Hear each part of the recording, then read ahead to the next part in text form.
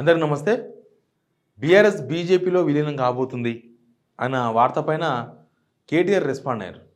కేటీఆర్ తెలంగాణ భవన్లో మీడియా ప్రతినిధులతో చిట్చాట్ చేసిండ్రు. ఆ సందర్భంగా రెస్పాండ్ అయ్యారు. బట్ దానికి క్లారిటీ ఇచ్చేదానికన్నా ముందు రేవంత్ రెడ్డికి కౌంటర్ ఇచ్చిండ్రు. ఏమని ఇచ్చిండ్రు? ప్రధానమంత్రి మోడీ అంటే ఎందుకు భయమో దానికి అసలు కారణాన్ని రేవంత్ రెడ్డి ఈ మధ్యనే తన సన్నిహితుల వద్ద బయట పెట్టుకున్నారు. రేవంత్ రెడ్డి తదుపరి రాజకీయ మజిలీ బీజేపీనే. త్వరలోనే రేవంత్ రెడ్డి బీజేపీలో తన బృందంతో చేరడం ఖాయం. నేను పుట్టింది బీజేపీలోనే, చివరికి బీజేపీలోనే తన రాజకీయ ప్రస్థానం ముగుస్తుందని ప్రధానమంత్రికి అమిత్ షాలకు రేవంత్ రెడ్డి హామీ ఇచ్చారు. నేను కాషాయ జెండాలతోనే ఏబీవీపీలో రాజకీయ ప్రస్థానాన్ని ప్రారంభించాను. అదే జెండా కప్పుకొని చనిపోతానని మోడీతో చెప్పింది వాస్తవమో కాదా రేవంత్ చెప్పాలి. ఈ అంశంలో రేవంత్ ప్రజలకు క్లారిటీ ఇవ్వాలి. ఈ ఈ చార్టు ఎందుకు వచ్చిందంటే పదే పదే అసెంబ్లీ ఎలక్షన్స్ ముందు నుంచి బీజేపీ బీఆర్ఎస్ బీజేపీ ముందేమో ఇద్దరు ఒకటే అనే ప్రచారం చేశారు. తర్వాత అసెంబ్లీ ఎలక్షన్స్ అయిపోయిన తర్వాత వాళ్ళిద్దరు ఒకటి కాలే. అసెంబ్లీ ఎలక్షన్స్ ముందు ప్రచారం చేసినారు, ఈ ఎలక్షన్స్ తర్వాత ఇంకా బీజేపీ బీఆర్ఎస్ రెండు కలిసిపోతాయి, ఇదే లాస్ట్ ఎలక్షన్ అన్నారు. అసెంబ్లీ ఎలక్షన్ అయిపోయింది, తర్వాత బీజేపీ వేరుంది, బీఆర్ఎస్ వేరుంది. తర్వాత లోక్సభ ఎలక్షన్స్ ముందు కూడా ప్రచారం చేసినారు, ఈ ఎలక్షన్ అయిపోయిన తర్వాత ఇద్దరు కలిసిపోతారని. ఆ ఎలక్షన్ కూడా అయిపోయింది.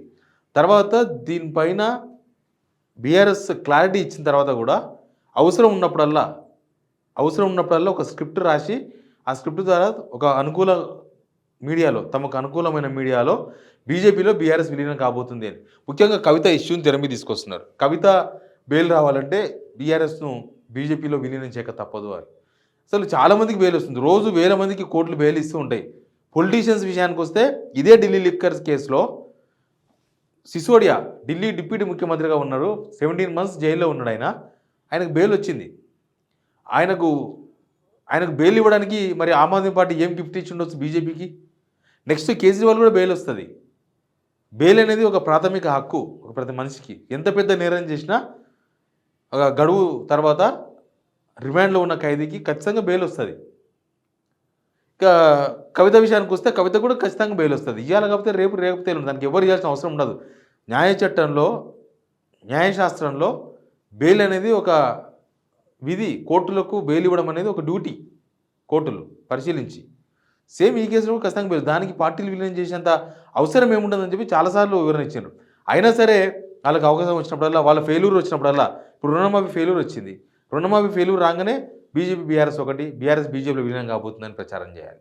తర్వాత అంతకుముందు ఏదో వైఫల్యం వచ్చింది, లోక్సభ ఎలక్షన్స్ రిజల్ట్ నెగిటివ్ వచ్చింది, ఓడిపోయినారు. వాళ్ళు 12-14 సీట్లు వస్తాయి కూడా 8 సీట్లకు పరిమితమైంది, అక్కడ కూడా వాడాలి.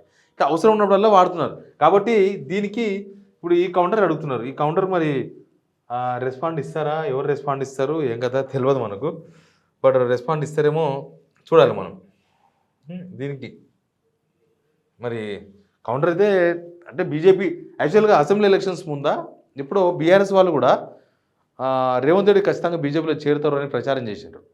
ఖచ్చితంగా చేరుతాడు, ఇవాళ కాకపోతే రేపు ఆయన టీం పెట్టుకొని పోతాడు, ఆయన బీజేపీలో చేరుతాడు.